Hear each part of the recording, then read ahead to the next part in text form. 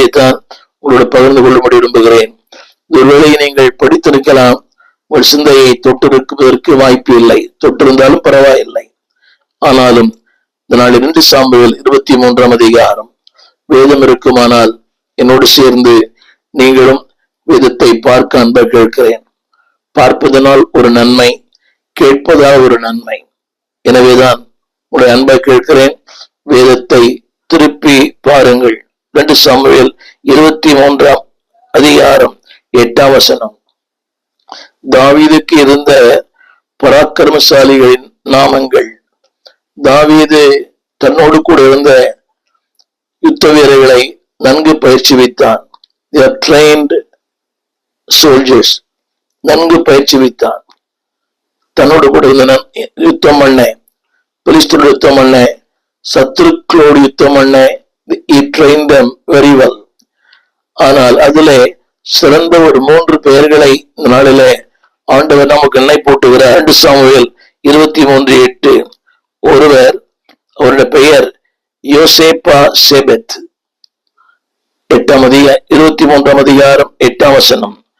அடுத்தவர் பெயர் 9ஆம் வசனத்தில் இருக்கிறது எலியாசர்.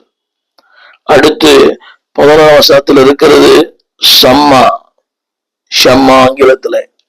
இதனால இந்த 11ஆம் வசனத்தில் இருக்கிற அந்த நபரை குறித்து உங்களோட பேச விரும்புகிறேன். ஷம்மா. இவருடைய பெயருக்கு பின்னால் எழுதப்பட்டிருக்கிறது அவர் ஒரு ஆசாரியன். இதனால் என்னுடைய செய்தி என்னவென்றால், அன்பானவர்களே, ஆண்டவர் உங்களை என்னையும் அவருடைய யுத்தத்திற்கு பயிற்சி வைத்திருக்கிறார். எனவேதான் சங்கீதக்காரன் சொல்லுகிறார், என் கைகளை போருக்கும் என் விரல்களை யுத்தத்திற்கும் படிப்பிக்கிற எங்கள் தேவனாகிய கர்த்தர். God trained every day. ஒவ்வொரு நாளும் நம்மை பயிற்சி வைக்கிறார். ஒரு நாளும் போராட்டங்கள், ஒரு நாளும் புதிய புதிய பிரச்சனைகள். பிரச்சனை இல்லாத ஊழியர்களே இல்லை. நினைக்கலாம் அவர் ரொம்ப பெரியவர், இவர் ரொம்ப பெரியவர், அவர் பிரபலமா இருக்கிறார். இல்லை. ஒவ்வொரு பிரபலங்களுக்குமே பாடுகள் உண்டு. ஒவ்வொரு பிரபலங்களுக்குமே போராட்டங்கள் உண்டு. ஒவ்வொரு பிரபலங்களுக்குமே ஒவ்வொரு நாளும் அன்பானுடைய சத்துருவோடு யுத்தம் உண்டு. நாள்தோறும் உண்டு.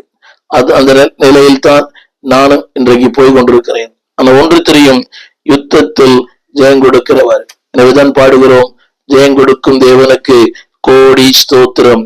இந்த நாளில் என் அன்பு தேவ பிள்ளையே, ஆண்டவர் உங்களுக்கு எனக்கும் வெற்றியை வைத்திருக்கிறார். அந்த வெற்றிக்கு ஆண்டவர் மாத்திரம் காரணம் அல்ல, நீங்களும் அதில் உங்கள் பகுதியும் அதுக்கு தேவை. God needs you. உங்களுடைய உதவியும் உங்கள் ஒத்தாசை